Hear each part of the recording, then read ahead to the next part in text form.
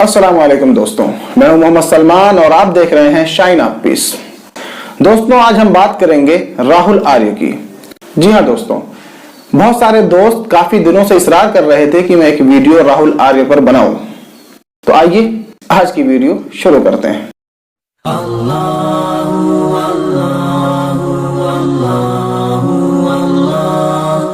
तो सबसे पहले दोस्तों आइए मैं आपसे इनका परिचय कराता हूं।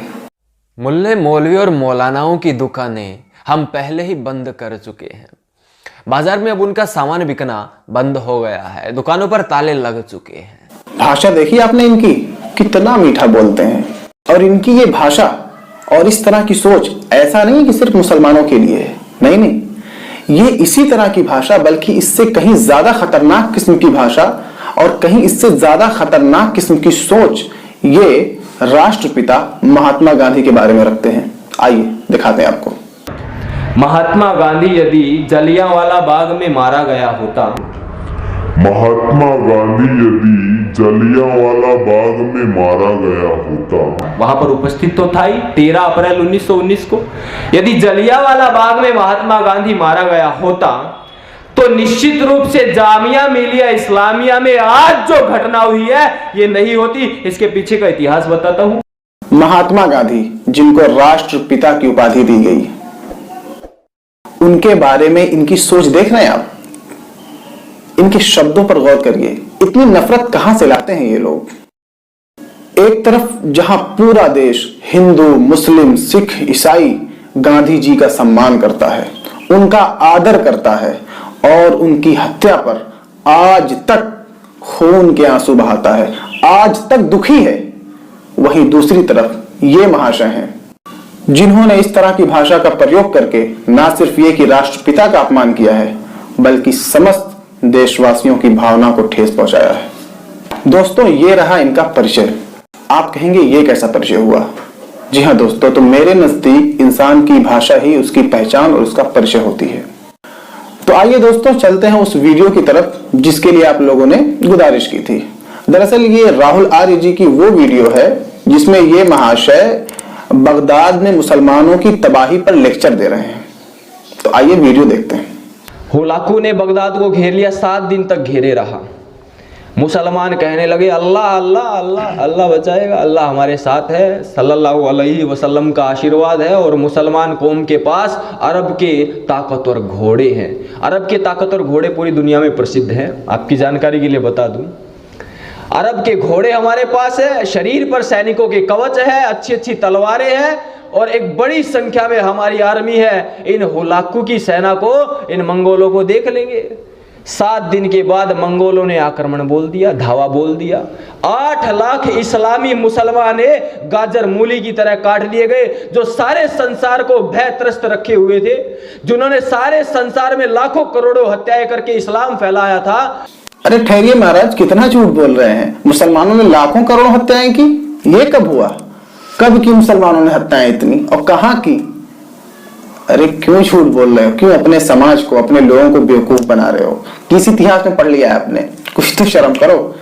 दोस्तों, ये वो बात है जो मुसलमानों के खिलाफ बहुत दिनों से प्रचारित की जा रही है। बहुत सारे लोग कहते हैं कि इस्लाम तलवार से फैला, इस्लाम हत्याएं करके फैला। मैं आपको एक फैक्ट बताता हूं, एक सच्चाई बताता हूं।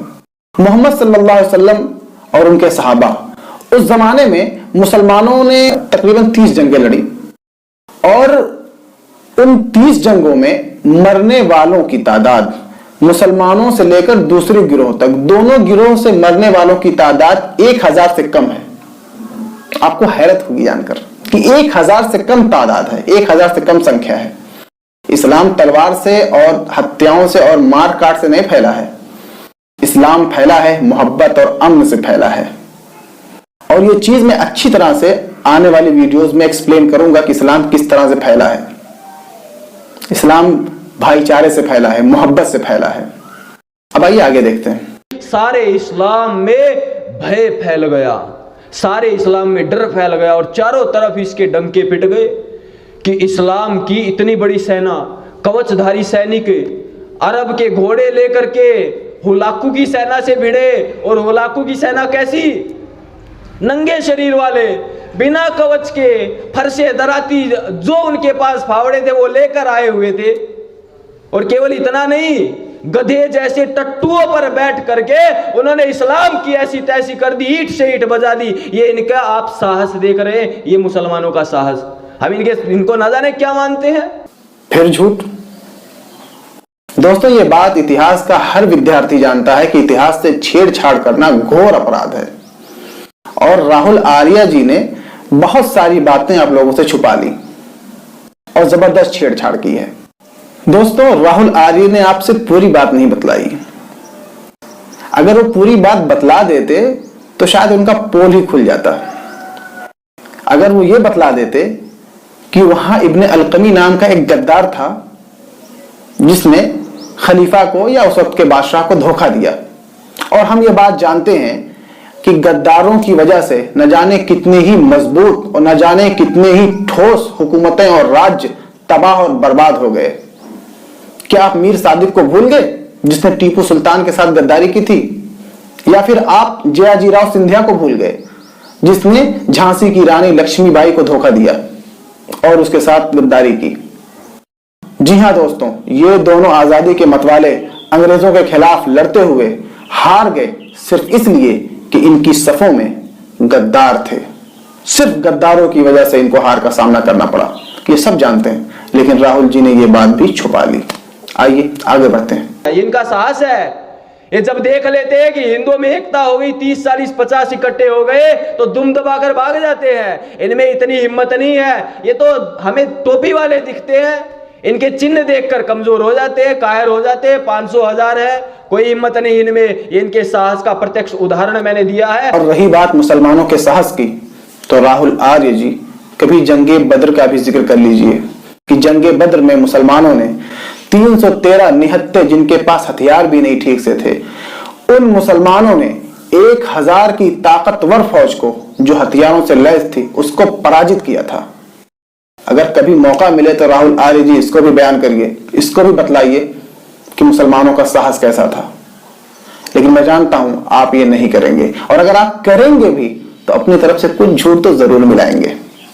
हमारे यहाँ पर मंदिर तोड़ा जाता है, हमारे यहाँ पर मूर्तियां तोड़ी जाती है, यहाँ पर गाली गलौज किया जाता है। नगर चौराहों पर खड़े होकर मुसलमानों के लड़के हिंदुओं की मां बहन बेटियों को छेड़ते हैं, गाली देते हैं, उनको परेशान करते हैं, फायरिंग करते हैं। घर बेच करके भागना पड़ता है हिंदुओं को।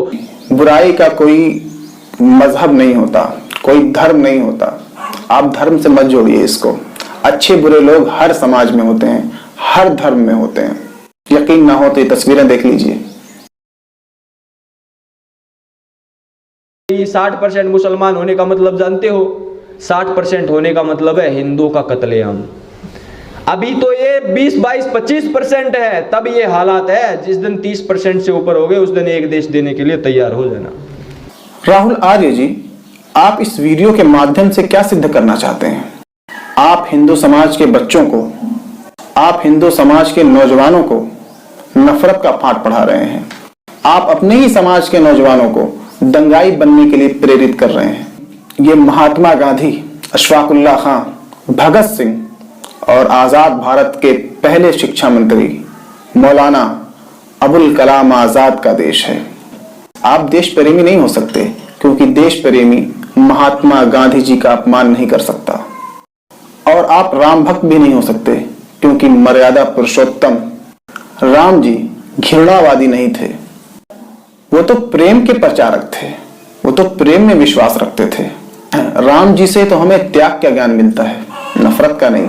क्या आप उन बेचारे माँ बाप का सपना तोड़ना चाहते हैं जो चाहते हैं कि उनका लड़का पढ़ लिख कर डॉक्टर, इंजीनियर, IAS बने, लेकिन वो आप जैसे लोगों की बातों को सुनकर गन उठा लेता है और फिर एक खास कम्युनिटी पर हमला कर देता है और एक नवयुवक दंगाई बन जाता है। लेकिन फिर वो प्रशासन से बच नहीं पाता और उसका फिर पूरा कैरियर तबाह हो जाता है।